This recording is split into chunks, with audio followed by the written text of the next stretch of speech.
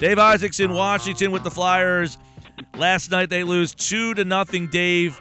Would you surmise that they got outplayed? They just lost to a team that was slightly better than them last night? Were they overmatched? What was your overall view of the 2-0 loss? Yeah, I don't think that that was the best we've seen the Washington Capitals play this season. I think the Flyers pretty much hung with them there. They get that second goal in the waning minutes of the game, and it's not like it was an empty net goal. It was a goal in which they had to make a pretty decent play. But if you're looking at it from the standpoint of a team that barely made the playoffs against the team that ran away with the regular season, I don't think there was that much of a difference in overall play in last night's game. There were certainly some areas that the Flyers need to clean up, their power play being one of them. I mean, you could just tell in that first period, you have 3 power play opportunities in the first 20 minutes of the game and can't capitalize on it. You just knew that would come back to bite them, and it sure did. Yeah, to me, it seemed that they were basically pinching on Gostisbehere, almost daring him to go over to Voracek. It seemed like the Capitals were just kind of letting Voracek do his thing on the power play. Is that people, noticing that Voracek hasn't been the same, or are they seeing more tape on Gostisbehere? They're seeing more tape on Gostisbehere. I think you notice over the past month or so of the regular season, teams trying to put more pressure on the top, really between Giroux and Gostisbehere. That's where the puck has moved the most on the Flyers' power play, is between the captain and the rookie defenseman.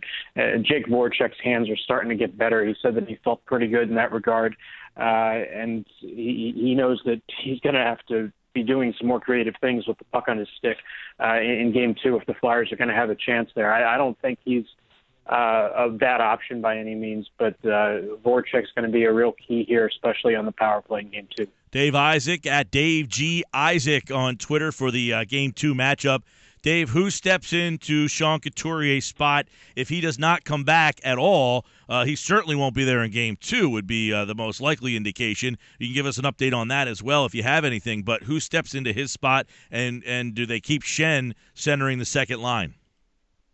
Yeah, still waiting to hear from Ron Hextall to see what he has to say on Sean Couturier. I would surmise that he's not playing tomorrow, and like you said, the greater concern is where you go from there. I do believe that Brayden Schenn will be the center of the second line. I think what you'll see is probably Matt Reed move up to that second line, not because it's a scoring line, but because it's a defensive line, and Matt Reed's been a very good penalty killer. I think Scott Lawton will come into the lineup and probably be on Nick Cousins' line, I would imagine. And that's how the Flyers will try and go. And, they spent half of the game without Couturier, and that line is pretty much put together to stop Alex Ovechkin in the Washington top line. It's difficult for the road team to get matchups, but the Flyers tried to do that, and Couturier was doing a pretty good job of that to that point in which he left the game. But you obviously need to have 4 lines able to play both ends of the ice, but I think that there's still going to be the situation where the Flyers are trying to make that as much of a shutdown line as they can, and that's why I think the combinations will go that way. Yeah, and it's interesting because, a lot of people thought he could be the X factor, he could be the most important guy, and just like that, he is out of the mix for you. And, I guess a big question is the impact of him being out of the lineup. Can they really rebound from that? Is Couturier being out something that they just can't overcome? Well, like I was saying, I think they played a pretty decent game, even the second half. I mean, their offense certainly wasn't there, but in terms of stifling Washington, that was the biggest concern, I think, that you had going into this series. And I think the Flyers did okay there. Obviously, they allowed 2 goals, but I think they did a decent job defending. They seem to be pretty happy with what they did there. The shot blocking was certainly there. Guys like Nick Schultz, I mean, he's lucky he still has all his limbs intact after what he went through yesterday. I mean, not too many people would willingly stand in front of Alex Ovechkin when his stick is shoulder high and he's ready to unleash a shot. So I think the Flyers did okay there in that regard, and it's obviously going to be a big blow losing Sean Couturier. But if they can keep up the defensive effort that they had last night, I think the biggest problem for them is just going to be scoring goals. Yeah, 19 shots, only 2 Claude Giroux, and it seems like you get to the playoffs, you're counting on him, 2 shots. What'd you make of his game? Why was he not a bigger factor in the game last night? What did Washington do well? Well, like we talked about on the power play, they kind of shut down that half of the ice with him and Gostisbehere running the point there. The other thing is that Claude Giroux also kills penalties, and as does Sean Couturier. So Giroux had to do a little bit more of that when Couturier left the game, and the Flyers basically had to kill 6 consecutive minutes. There were only a few seconds in between penalties to start that third period there, and the Flyers ended up getting 4 shots in both the second and the third. So there wasn't a whole lot going on from anybody really, but Giroux was being extra taxed just because of the special teams play. Dave Isaacs in Washington as the Flyers lose last night. Steve Mason, I guess, you're starting to feel that, you have a great effort from him. He certainly wasn't the reason why they lost the game last night, but he's going to have to stay at that level for them to win. And what did you think of the Flyers' defense in front of him last night? Is that a suitable enough game for them to steal a couple games in this series, the way the defense played last night? The way that the defense played, yeah, I think so. I think, like I said, the problem is more the offense. Jake Voracek said about an hour ago, he said the 2 best players on the ice, and it wasn't even close, were Braden Holtby and Steve Mason. Mason played very well. There were a couple defensive lapses where the Capitals had point-blank opportunities, backdoor passes, and Mason was there with some big timely saves for them. So, yeah, that's absolutely the kind of goaltending that they'll need out of him if they're going to make a dent in or win this series. And if he can keep that up, and there's no reason to believe that he can't based on what he went through basically the past 2 months of the season just to help the Flyers get in, I think they might be okay in that regard. Yeah. Now, what was today like? Did they practice today? Was it just an optional type of deal? What was their day like before tomorrow night's game?